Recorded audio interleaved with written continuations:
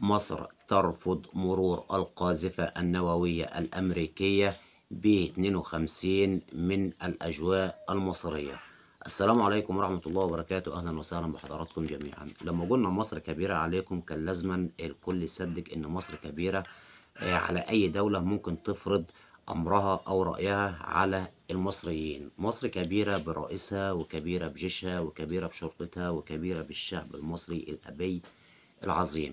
آخر قرار هنا طبعا صدر من الولايات المتحدة الأمريكية إن عايزين يعدوا القاذفة الأمريكية النووية ب 52 بالعبور من الأجواء المصرية. وعلى ما أعتقد هنا إن الولايات المتحدة الأمريكية كان ليها بنود متفق عليها في اتفاقية كامب ديفيد إن هي تعدي أسلحة وتعدي مواني، سواء هتعبر بيها من الملاحة الجوية أو هتعدي بيها وهتعبر بيها من قناة السويس المصرية.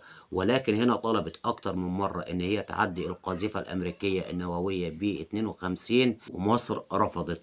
يعني لا محالة، حفظ الله مصر شعبا وجيشا ورئيسا. والسلام عليكم ورحمة الله وبركاته.